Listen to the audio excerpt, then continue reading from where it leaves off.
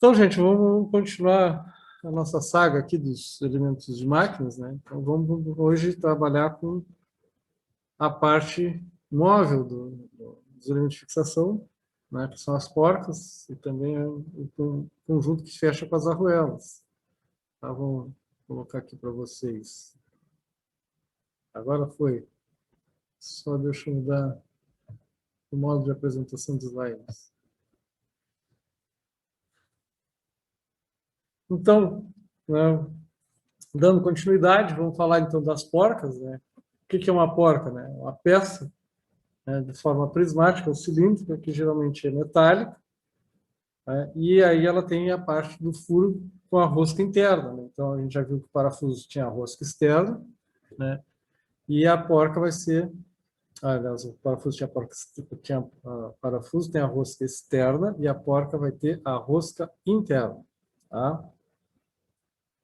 Então, esse conjunto, né, com o parafuso, né, a porca é o acessório mais utilizado, né? Como a gente falou na outra aula, eu posso ter, então, o uso da porca, mas eu também posso ter a rosca interna no chassi da máquina, né? Eu posso aparafusar, né, o meu parafuso direto no chassi, tá?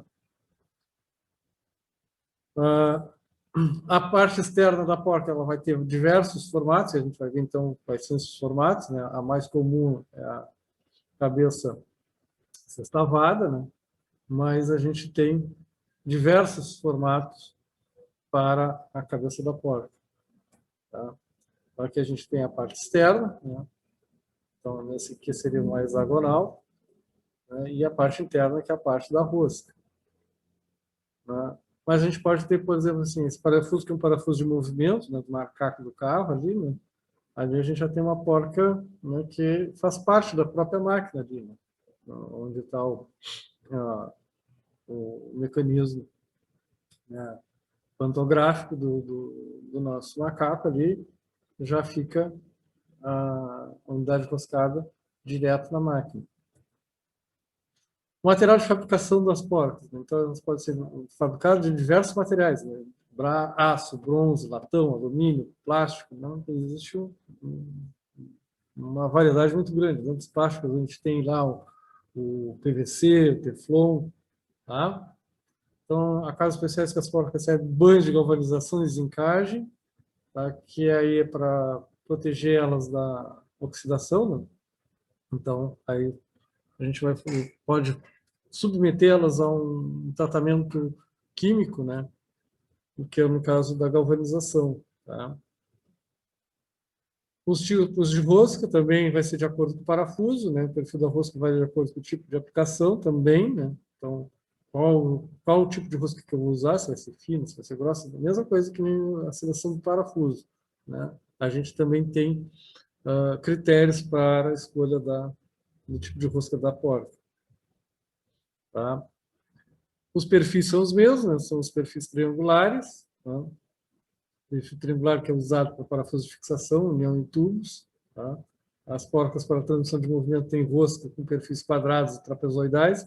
O critério, então, de rosca é o mesmo critério do parafuso, ou seja, a geometria da porca tem que ser condizente com a geometria do parafuso, tá? Perfil trapezoidal, que é usado nos órgãos de comando de máquinas operatrizes para transmissão de movimento suave e uniforme. Tá? O perfil quadrado tem um desuso, porque já tem cada vez caído esse perfil quadrado, né? Mas ainda a aplicação de parafuso de peça sujeita a choques e esforços, como nas morsas, né? Ou ali no próprio macaco do carro. Ali, tá? Perfil dente de serra, que é usado para parafuso que exerce grande esforço num só sentido.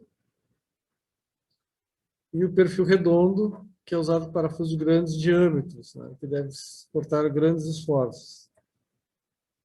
Aqui tem um exemplo de carro, de controle do carro superior e do transversal do touro. Tá? Os tipos de porca, né? A gente pode ter a porca do tipo borboleta, né? Que é para fácil manuseio com a mão, né? Para rosquear ela, né? Só o uso da mão já facilita o uso. Tem a porca recartilhada, tá? E a porca recartilhada alta. Também todos aí são mais para o uso manual para tu aparafusar e botar a porca no parafuso somente com a mão, tá? Sem precisar do esforço de uma chave. Tá? Aqui a gente tem uma das utilizações mais comuns da porca do tipo borboleta, que é no arco de serra, né, para segurar ali a serra. Tá? As porcas cega baixa e cega alta proporcionam uma boa fixação e deixa os peças lisos com melhor aspecto. Tá? Por exemplo, essa porca cega é aquelas que geralmente usam no banheiro, né, para fixar o vaso sanitário no chão ali, né, tipo porca cega, né? Então não deixa passar a parte rosqueada para fora. Tá? E para ajuste axial dos eixos de máquina são usadas as seguintes porcas. A gente tem a porca redonda com fenda, tá? Que aí posso utilizar a chave de fenda para dar o torque. A porca redonda com entalhes, a porca redonda com furos radiais e a porca redonda com 2 furos paralelos. Tá? Aqui um outro tipo de porca que seria por causa de fixação do rolamento no eixo. Tá? Então, a gente coloca o rolamento, provavelmente esse eixo não está aparecendo, mas ele deve ter um ressalto por trás ali que segura o rolamento para não deixar ele deslizar no sentido longitudinal do eixo. Tá? E ali tem uma porca, então, que é uma porca de fixação. Tá? Também para não deixá-la fazer um movimento longitudinal no eixo. Certos tipos de porca apresentam ranhuras próprias para o uso de cupilhas, né, essas cupilhas ou pinos, né, para evitar que a porca se solte com vibrações. Então, aí a gente tem a famosa porca castelo, a porca sextavada com fendas e a porca castelo chata. Então, tem a castelo alto, castelo chato, né, que também tem essas ranhuras e eu posso passar, então, o pino ali, o contrapino, né, e depois a gente abre as pontinhas dele ali e tende a prender a porca para que não haja, ela não se solte por uma vibração muito alta. Então, a mais comum, que seria a porca sextavada chata, tem a porca quadrada, tá? E a porca quadrada chata, então isso vai depender da altura, então as alturas das porcas também tem uma regulamentação, tem uma equaçãozinha para regulamentar ali, né? Então, qual a altura da porca. Para a montagem de chapas em locais de difícil acesso, podemos utilizar essas, tipo, que são as porcas rápidas, tá? Isso é para quando a gente tem um difícil acesso. Então, tem a porca rápida e a porca rápida dobrada. Tá? Nada mais é que são chapinhas ali, né, que tu vai colocar o parafuso e ele vai rosteando naquela fenda formada pela chapa ali. Tá? Tem um exemplozinho da utilização dessa porca, né, que a gente está ali com um parafuso, né, que passa meio grande até, né, tá meio exagerado isso aí. Tá? Outra parte que compõe o conjunto, né, são as arruelas, né. Então, a maioria dos conjuntos mecânicos apresenta elementos de fixação, né, onde quer que se use esses elementos, seja máquinas ou em veículos automotivos, existe perigo de se produzir, de se soltar, né, devido às vibrações, né, um afrouxamento imprevisto no aperto do parafuso. Para evitar esse inconveniente, utilizamos um elemento de máquina chamado arruela. Tá? Então, como é que a gente faz a utilização da arruela? Então, tem o parafuso, unindo as duas chapas ali, né? E junto à porca vai a arruela. Tá? A principal função da arruela, né, é ajudar, né, a evitar o afrouxamento do parafuso, né, devido a uma vibração excessiva, né, das partes de uma máquina. A arruela tem a função de distribuir igualmente a força de aperto entre a porta e o parafuso e as partes montadas. Deixa eu voltar um pouquinho aqui, tá?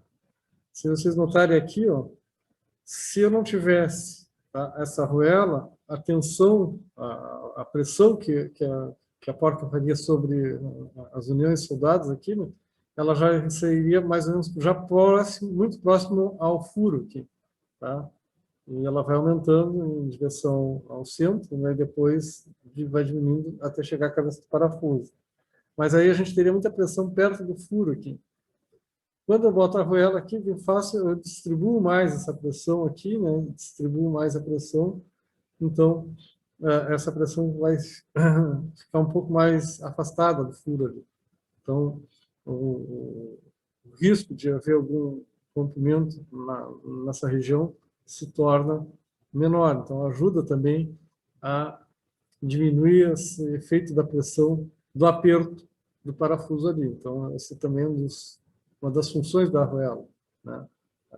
Diminuir a tensão devido ao aperto do parafuso. Tá? Os materiais que a gente pode utilizar para fazer uma arruela são aço carbono, cobre, latão, depende também da utilização. Tá? Então, e os tipos de arruela? Então, a gente vai ter a arruela lisa, arruela de pressão, arruela dentada, serrilhada, ondulada, arruela de travamento, com orelha e a arruela para perfilados. Tá? Agora a gente vai ver cada uma delas. Né? Para cada tipo de trabalho existe um tipo ideal de arruela. Tá? Então, parece meio, né, simples, né? Então, arruela, né? Bota qualquer coisa ali, né? Mas, né,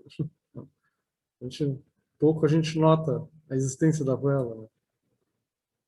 Às vezes até nem bota, né? Dependendo da pressa que está se fazendo a manutenção. A arruela lisa, além de distribuir igualmente o aperto, a arruela lisa tem também a função de melhorar os aspectos do conjunto. A arruela lisa, por não ter elemento de trava, é utilizada em órgãos e máquinas que sofrem pequenas vibrações. Tá? Então, a arruela lisa, a função principal dela, então, é isso, é distribuir essa pressão do aperto, né? E também melhorar um pouco a estética do conjunto, tá? Mas, assim, uma arruela para equipamentos que têm baixa índice de vibração. Por exemplo, os parafusos para fixar a base de um ventilador, né? Um ventilador industrial. Ele já requer que se use um outro tipo de arruela, porque é uma máquina que está sujeita a grandes níveis de vibração. Um compressor, né? Então, pode ser um compressor de parafuso, um compressor alternativo, né? Vocês vão ter ali um nível de vibração bem alto. Então, para cada tipo de máquina, a gente tem que olhar isso. Então, máquina simples, arruela lisa.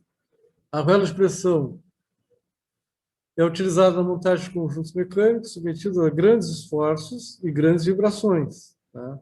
A arruela de pressão funciona também como elemento de trava, evitando o afrouxamento do parafuso e da porta.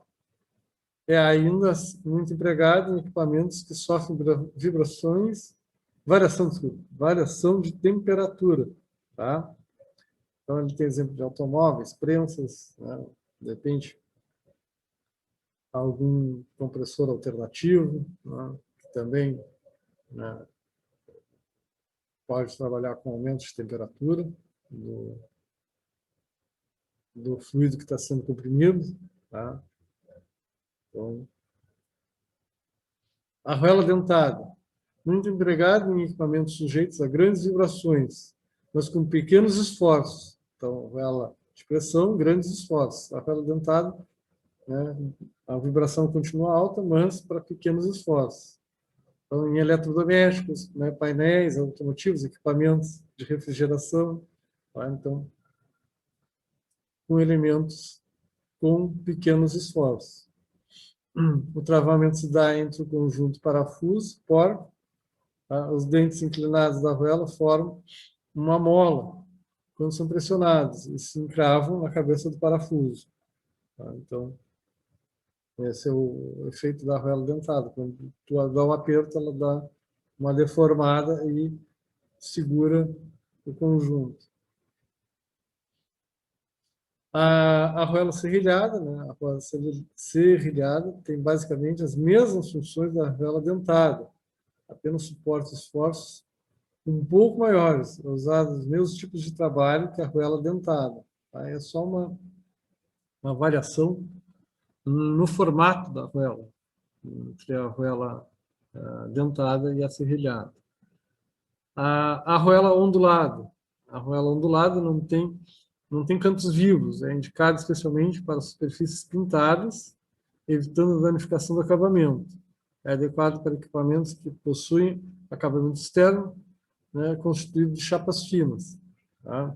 De repente, um graneleiro, uma coisa assim que usa chapa fina e precisa, sei lá, fixar um cano de saída do graneleiro. Né? Então, tu vai botar uma arruela dessa aí porque tu não quer que a pintura, né, do teu equipamento seja danificada. Tá? Principalmente quando tu tem muita montagem e desmontagem daqueles canos de saída do graneleiro. Tá? Então, tu pode usar esse tipo de arruela. Arruela de travamento com orelha. Tá? Então, vê que ela parece uma arruela lisa, mas ela tem esse prolongamentozinho aqui, ó, que é para depois ela ser dobrada para fazer esse travamento ali. Ó. Ele fez aqui a parte alongada, essa parte que vai ser dobrada aqui, ó, no chassi, né, e ele ainda vai dar uma dobradinha aqui, ó, para que o sextavado da porca não deslize no parafuso. Tá? Utiliza a arruela dobrando-se a orelha sobre o canto vivo da peça, e em seguida dobra-se uma aba da orelha envolvendo um dos lados chanfrado do conjunto porca-parafuso. Tá? Então, ela está travada na máquina aqui, né, com a orelha ali, e depois, quando a gente dobra esse outro canto aqui, ele evita que a porca, né, se desenrosque do parafuso. Tá? Isso também quando a gente tem algum efeito da vibração da máquina. Arruela para perfilados. É uma arruela muito utilizada em montagens que envolvem cantoneiras ou perfis em ângulo. Devido ao seu formato de fabricação, esse tipo de arruela compensa os ângulos e deixa perfeitamente paralelas superfícies a serem parafusadas. Tá? Então, aqui, ó, o que acontece assim, quando a gente está usando, por exemplo, um perfil U, um perfil L, né, ele não tem um canto vivo, ele tem os raios de arredondamento aqui, ó, né? E então, quando eu quero parafusar esse perfil numa outra estrutura, né, esse tipo de arruela vai fazer o quê? Vai fazer com que tu consiga ajustar, né, com esse ângulo que tem aqui da aba, né, do teu perfil. Tá? Pode ser um perfil L, pode ser um perfil U, né, ou até um H, se tu quer fazer essa parte parafusada, então tu usa uma arruela perfilada, tá? Para compensar, então, essa inclinaçãozinha que tem aqui na aba do perfil. Acho que eu acabei me repetindo hoje.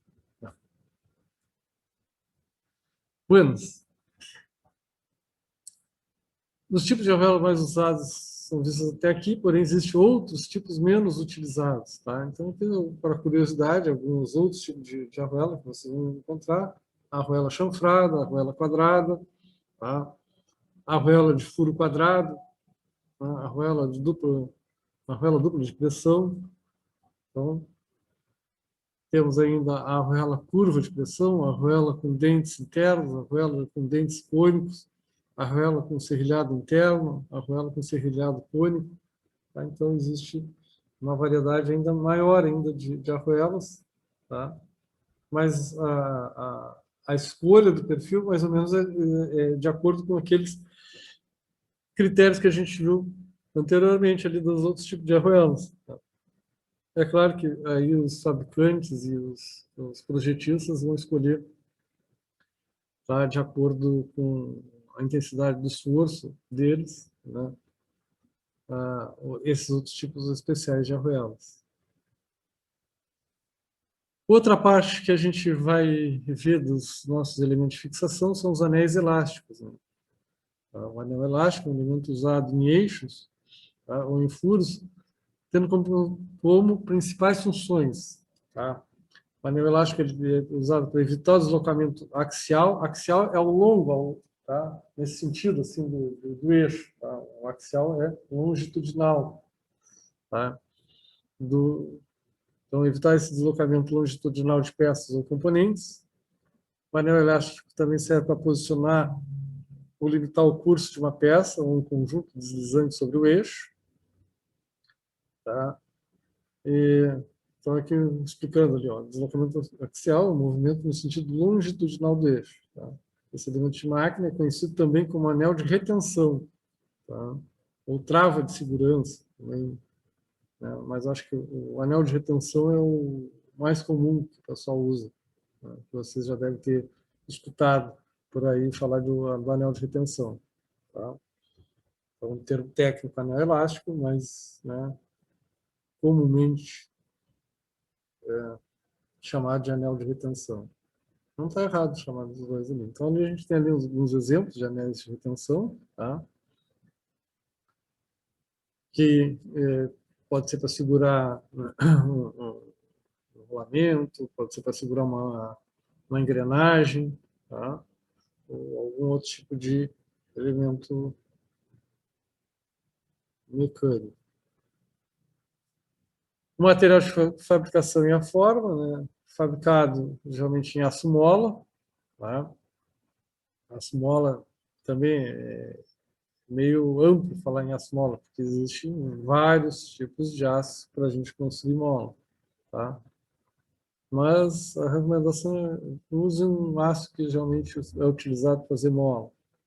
Tem a forma de um anel incompleto, tá? Que é para poder ajustar ele ao eixo, que se aloja no canal circular construído conforme normalização. A aplicação é para eixo com diâmetro entre 4 e 1000 milímetros, tá? E trabalha externamente. A norma que regulamenta, né, os anéis elásticos são baseados, está na norma DIN 471, tá? Aí tem esse aqui, essa equação a gente não vai usar, tá, gente? Isso aqui, eu até ter tirado isso aqui na hora que eu peguei esse desenho, tá? Mas aqui só para representar então, uma vista superior do anel de retenção, né, o nosso anel elástico, tá? E como ele vai se encaixar na ranhura do eixo. Então, a gente tem aqui, ó, aqui a gente tem essa parte do eixo aqui, né? Tem aqui esses dois diâmetros, tem um chanfradinho na ponta do eixo. Depois desse chanfradinho da ponta do eixo tem uma gola, né? Foi usinado uma gola, que é um canalzinho que fica na volta do eixo ali, que é para a gente encaixar o anel. E esse anel vai fazer o quê? Vai fazer com que o nosso eixo não tenha movimento no sentido dessa força axial. Tá? Mais uma vez, a gente pode usar isso, né, em bomba centrífuga, em anéis, em ventiladores axiais, né? Então a gente tem algumas utilizações para isso. Outra aplicação para furos com diâmetro de 9,5 e 1000 milímetros, trabalha internamente, também aí tem a norma, é a DIN 472, então a outra externamente era 471, agora 472. Tá? Depois tem a aplicação para eixo com diâmetro 38 e 24 milímetros, que trabalha externamente, aí tem também a norma DIN 6799. Tá? As normas DIN são as normas alemãs, não sei se vocês já falaram sobre normas. Tá? Então, na Alemanha se chama norma DIN. Depois, na Europa toda é norma ISO. Tá? Muitas das normas ISO seguem as normas da DIN. Tá? Mais ou menos que nem aqui a gente a BNT. A BNT Na área de mecânica, provavelmente é quase todas as normas ISO e DIN traduzidas e recebendo uma numeração para aqui para o Brasil. Claro que tem algumas coisas que são adaptadas para a nossa realidade, mas para seguir um padrão mundial, a gente tenta fazer um padrão mundial para que haja intercambiabilidade entre as máquinas. Daqui a pouco tu compra, né, um torno da Alemanha, né, e precisa de um parafuso, tu não vai mandar vir um parafuso da Alemanha para aquele teu torno ali. Né? Então, sendo tudo intercambiável, tu pode fazer a tua manutenção sem ficar importando peças. Né? Bom, outras aplicações dos anéis, né? Aplicação para eixo com diâmetro entre 4 e 390 milímetros, né? Aí é para segurar um rolamento, né? Um anel de retenção para segurar o rolamento junto ao eixo. Anéis de secção circular, né? Para aplicação em pequenos esforços axiais, tá? Já tem uma abertura maior do que os outros, geralmente esses outros anéis todos que foram mostrados para vocês, né, ao fazer a montagem dele, ele acaba se fechando o anel. Tá? Aqui a gente tem uma tabela demonstrativa de dimensões desses anéis. Tá? Só um exemplo para vocês terem. Então, quer dizer, cada fabricante de anel, né, vocês vão ter uma tabela de dimensões, são todas padronizadas de acordo com aquelas normas que a gente citou há pouco. Né? Então, essas dimensões são todas normatizadas. Então, todas as relações que vocês estão vendo aqui, D1, D2, tá? Todas, todas as dimensões que vocês estão vendo aqui são expostas por norma. Então, não pode haver diferença entre o anel elástico de qualquer um fabricante entre um e outro. Tá? Mais alguma tabela informativa. Na utilização dos anéis, alguns pontos importantes devem ser observados. Primeiro, a dureza do material que compõe o anel, né, que deve ser adequados aos elementos que trabalham com ele. Tá? Não posso ter um anel muito mais duro do que, por exemplo, o material do eixo, né? Porque senão daqui a pouco eu posso ter algum problema que o anel vai estar afetando o meu eixo. Né? Então, provavelmente, como o anel é uma peça bem mais barata, né, é mais fácil que o anel, né, vá entrar em falha primeiro, né, do que o eixo ou o rolamento. Né? Então, dá-se preferência para aquilo que é mais em conta para entrar em fratura primeiro. Se o anel apresentar alguma falha, né, pode ser devido a defeitos de fabricação ou de condições de operação. Tá? Ter sido especificado mal e ter entrado em falha de operação. As condições de operação são caracterizadas por meio de vibrações, impactos, fricção, alta temperatura ou atrito excessivo. Então, sempre que a gente vai colocar uma máquina, tem que ver, né, as condições que essa máquina vai estar trabalhando, né, para a gente fazer a seleção correta. Né? Então, assim, mas eu tenho aqui um ventilador centrífugo. Mas aonde é que vai esse ventilador? Eu vou usar ele num secador de arroz. Bom, vai ter alta abrasão, vai ter alta temperatura, porque é um secador. Então, tu vai ter que levar isso em conta no material que tu escolher. Todas as partes da tua máquina. Por quê? Quais são as condições mais severas? Abrasão, por causa da casca do arroz, temperatura, está fazendo secagem do arroz, está trabalhando com ar quente ali, então tudo isso tem que ser levado em conta. Né? Tá lá com a mesma coisa, o mesmo ventilador, as mesmas características, só que é um ventilador, né, que tu está usando esse ventilador para soprar um ciclone da fábrica de adubo. São outras condições totalmente diferentes daquela que tu estava usando o ventilador lá na fábrica, lá na parte que tu estava ensacando o arroz, né? Então, os materiais que tu vai escolher para trabalhar ali na Camil, ali na saída para Pelotas, né, não podem ser as mesmas condições de material que tu vai usar ali na Bianchini para soja ou que tu vai usar na Yara para o adubo, né?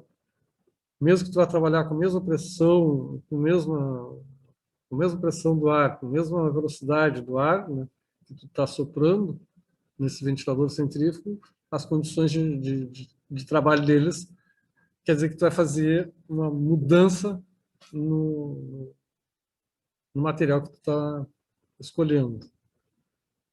Tá? Um projeto pode estar errado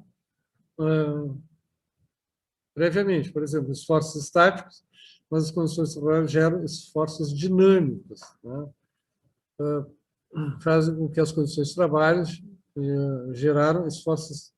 Ups, muita luz aqui. Vocês viram que a incidência de luz aqui está muito grande, né? Chega a estar pálido aqui, né?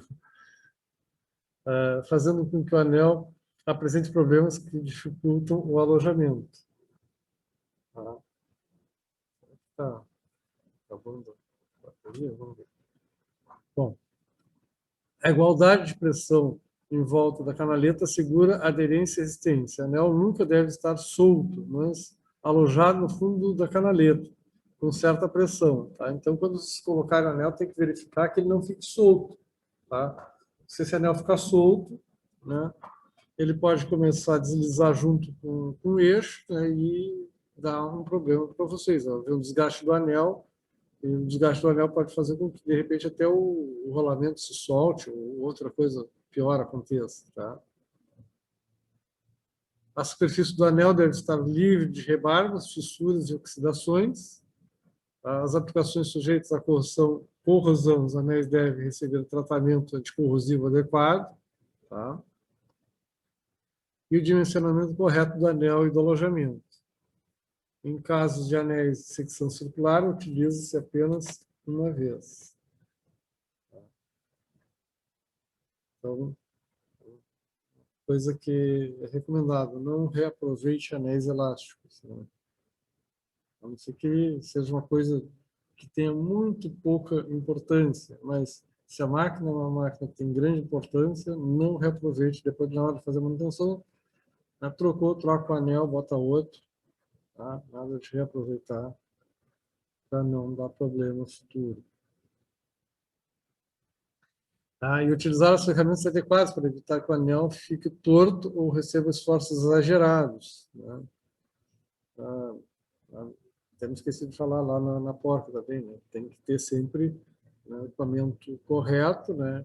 E não ter um esforço exagerado na hora de até quando eu posso, né, apertar a porta.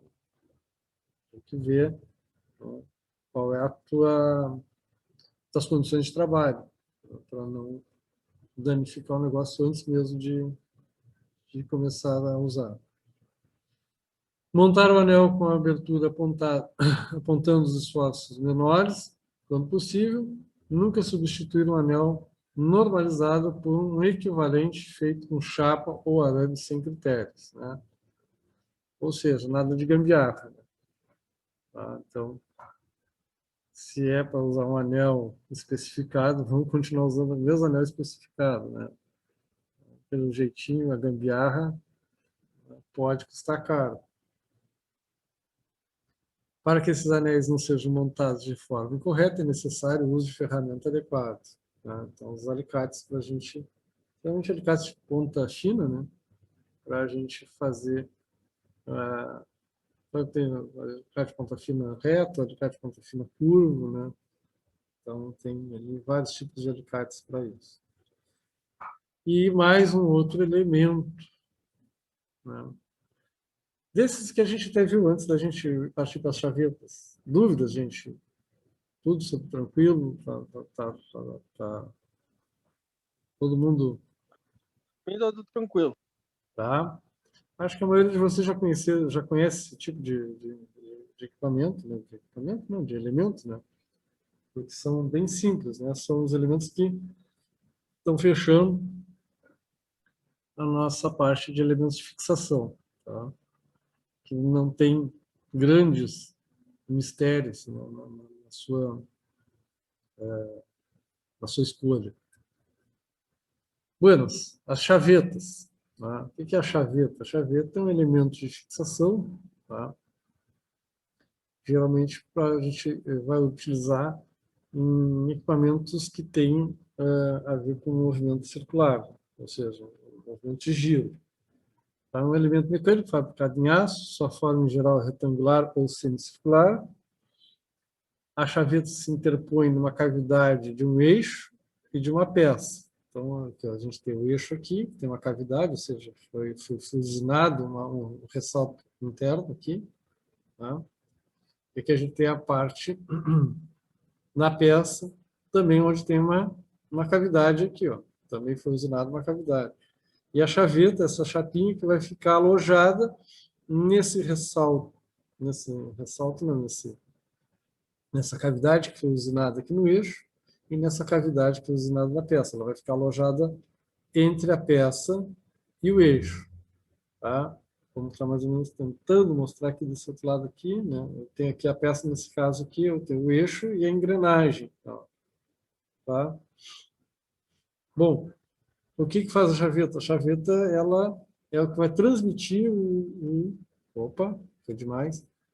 A chaveta é que vai nos transmitir o torque do eixo para o meu elemento que está ali. Então, assim, eu tenho aqui o meu eixo girando e ele tem que passar o torque para a engrenagem. Quem faz a transferência do torque para a engrenagem? É a chaveta. Tá? A chaveta que vai fazer essa transferência de torque. Então, as chavetas se classificam em chavetas de cunha, paralelas e de discos. Tá? Então, lá. A chaveta de cunha. Né? As chavetas têm esse nome porque são parecidas com uma cunha, né? E uma das faces é inclinada, né? Tendo a outra face reta. Tá? Então, a gente tem dois tipos, a longitudinal e a transversal. Tá? As chavetas longitudinais, né, são colocadas na extensão do eixo para unir roldanas, rodas, volantes, e pode ser como uma... Só um pouquinho. Subida assim rápido demais a escada, faltou fôlego lá. Elas são colocadas na extensão do eixo para unir roldanas, rodas, volantes, e podem ser com ou sem cabeça. Tá? E são de montagem e desmontagem fácil. Então, a gente tem dois tipos ali, né? Uma chaveta longitudinal com cabeça, tá? E a outra sem cabeça, mais simples. Tá? Essa inclinação é de 1 para 100, suas medidas principais são definidas quanto à altura, comprimento e largura. Tá? E isso aí também é tudo tabelado, de acordo com o que a gente quer fazer. Tá? As chavetas longitudinais podem ser de diversos tipos: encaixada, meia cana, plana, embutida e tangencial. Tá? Encaixada são muito usadas, tá? Essa forma corresponde do tipo mais simples da chaveta de cunha, que é aquela que tem uma face reta, né, e a face inclinada. Tá? Possibilita o seu emprego, o rasgo do eixo é sempre mais comprido que o da chaveta, então sempre vai ter uma folga aqui, o rasgo onde a gente vai encaixar é maior do que a chaveta. Tá? A chaveta de meia cana, tá? A sua base é cônica, aliás, côncava, desculpa, com o mesmo raio do eixo, uma inclinação de 1 para 100, com ou sem cabeça. Não é necessário rasgo na árvore, pois a chaveta transmite o movimento por efeito de atrito. Então, no caso da chaveta cônica, né, não faz um rasgo no eixo aqui, só faz na peça, né, e se encaixa ela somente pela pressão. Vai batendo nela ali até que ela vai, com esse formato cônico, se acomodando, né, e quando ela fizer a pressão no final, ela vai acabar transmitindo o movimento por atrito. Tá? Então, o próximo, que é a chaveta plana, sua forma é similar da chaveta encaixada, porém sua montagem não abre rasgo no eixo. Tá? É feito só um rebaixo, tá? É feito um rebaixo plano no eixo, tá? Faz um rebaixozinho para fazer um encaixe dela, parecido com o da cônica, também por pressão, tá? Entre a peça e o eixo. A chaveta embutida, a chaveta tem os extremos arredondados, conforme se observa na vista superior ao lado. Então, aqui ó, no rasgo, vocês estão vendo aqui, ó, essa partezinha arredondada, a chaveta também vai ter. O rasgo para seu alojamento no eixo possui o mesmo comprimento da chaveta, e as chavetas são embutidas, tá? E nunca tem cabeça. Então, nesse caso aqui, ó, a chaveta e o rasgo têm o mesmo formato, né? Tu vais embutir ela a chaveta no eixo, para depois fazer a montagem da peça. Tá? Próximo, chavetas tangenciais são formadas por um par de cunhos colocados em cada rasgo. São sempre utilizadas duas chavetas e os rasgos são posicionados a 120 graus. Transmite fortes cargas e são utilizados sobretudo quando o eixo está submetido a mudança de cargas ou golpes. Tá? Aí, quando tem uma prensa excêntrica, né? Que seria um exemplo de utilização desse tipo. Chavetas transversais são aplicadas na união de peças que transmitem movimentos rotativos e retilíneos alternativos. Tá? Então, quem é que apresenta um movimento rotativo e alternativo retilíneo? A gente tem um compressor alternativo. Quando as chavetas transversais são empregadas em uniões permanentes, a inclinação varia de 1 para 25 ou 1 para 50. Se a união se submete a montagem e desmontagem de frequência, a inclinação de 1 para 6 ou 1 para 15. Tá? Chavetas paralelas ou linguetas. Tá? Comum a gente falar de lingueta, mas o nome correto seria chaveta paralela. As chavetas têm as faces paralelas, portanto, não tem inclinação. Tá? É uma chapinha mesmo, retangular, né, em todas as suas faces. A transmissão do movimento é feita pelo ajuste das suas faces laterais às laterais do rasgo da chaveta. Fica uma pequena folga entre o ponto mais alto da chaveta e o fundo do rasgo. Tá? Então, aqui, ó, fica uma pequena folguinha na parte entre a chaveta e a peça ali. As chavetas paralelas não possuem cabeça. Quanto à forma dos seus extremos, eles podem ser retos, como essa aqui, ó, B, A, D e A, F, né? Ou arredondados, A, C e E. Podem ainda ter parafusos para fixação. Pode ser um parafuso, que nem aqui na C e na D, ou mais de um parafuso, que nem na E e na F. Tá? A chaveta de meia-lua, ou de disco, tá? Ou o nome técnico dela, que é Woodruff, né? É melhor chamar de meia-lua, né? Porque sair esse inglês aí é meio complicado, Woodruff. Né? Então, vamos chamar ela de meia-lua mesmo. É uma variante da chaveta paralela, recebe esse nome porque sua forma corresponde a um segmento semicircular. Né? Não seria bem circular, semicircular. É só uma metade do círculo, tá? Por isso meia-lua. É comumente empregado em eixos cônicos para facilitar essa montagem e se adaptar à conicidade no fundo do rasgo do elemento externo. Então, se você tem uma ponta de eixo que é meio cônica, a gente pode usar esse tipo de chaveta, porque fica mais fácil de fazer a adaptação, né, da chaveta ao rasgo ali na hora da montagem. Tá? As tolerâncias para chavetas, né? Eu não sei se vocês já tiveram aula de ajustes de tolerâncias. Tá? Então, depois se der um tempinho no finalzinho do curso aqui de elementos, tá? Eu falo sobre ajuste de tolerância, vamos deixar então quietos aqui, tá? Porque tem um porquê desses nomezinhos assim, P9, J9, H9, tá? Isso quer dizer que é o tipo de ajuste, quantos microns, né, a gente pode deixar de folga ou quantos microns a gente pode deixar de interferência entre um e outro. Tá? Interferência é quando eu tenho que, pelo menos, aquecer uma das peças para poder fazer a montagem. Eu aqueço o eixo, né, o buraco dilata, vocês colocam a chaveta, né, que está fria, naquele buraco que foi esquentado, quando ele esfriar, né, ele vai agarrar a chaveta. Né? Então, ele tem uma dimensão que a gente programa para isso, né? Quantos microns, né, a gente deixa, né, para que faça essa montagem. Uma montagem por interferência, né, é uma montagem que depois para tirar só por uma das peças tem que ser sacrificadas. Né? E